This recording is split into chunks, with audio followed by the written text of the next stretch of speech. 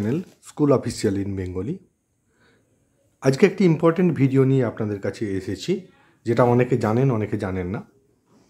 আপনারা কি জানেন ইনকাম ট্যাক্স রিটার্ন কাদের কাদের সাবমিট করা অবশ্যই প্রয়োজন এবং কাদের কাদের সাবমিট না করলেও চলে? অনেকেই আমাদের মধ্যে চাকরি করছেন, বিশেষত আমাদের এই গ্রুপটি যেহেতু স্কুল অফিসিয়াল সংক্রান্ত, সেই জন্য যারা চাকরি করছেন তাদের নিয়েই ব্যাপারটি আমি বলছি। যারা ব্যবসাগত ইনকাম তাদের আমি বা অন্যান্য কোনো যদি ইনকাম থাকে সেক্ষেত্রে সে ব্যাপারটি আমি অমিট করছি। তো যারা চাকরি করছেন তাদের যদি ইয়ারলি গ্রস ইনকাম, বার্ষিক গ্রস ইনকাম যদি 3 লক্ষ টাকা বা তার থেকে বেশি হয়, তারা কিন্তু ইনকাম ট্যাক্স রিটার্ন অবশ্যই করবেন। নিয়ম আপাতত এটাই বলছে।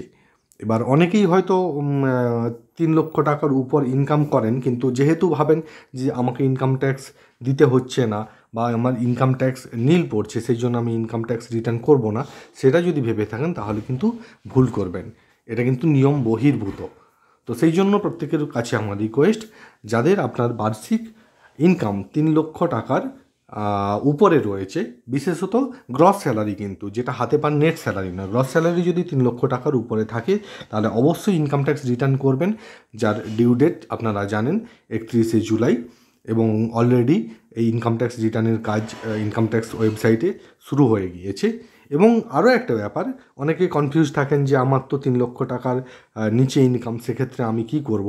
তো সেক্ষেত্রে কিন্তু নিয়ম বলছে আপনি করতেও পারেন, নাও করতে পারেন, করলে দোষ নেই, কিন্তু না করলেও আপনাকে সরকার কোনো কিছু বলতে আসবে না। মানে যেটা বলতে চাইছি যে সেক্ষেত্রে সেটা কিন্তু আপনি নাও করতে পারেন, কিন্তু আমি আমার দিক থেকে বলবো যে আপনি এটা কিন্তু ইনকাম ট্যাক্স রিটার্নটা করে রাখবেন, কারণ অনেক কিছু জায়গাতে কিন্তু ইনকাম ট্যাক্স রিটার্ন কাজে লাগে।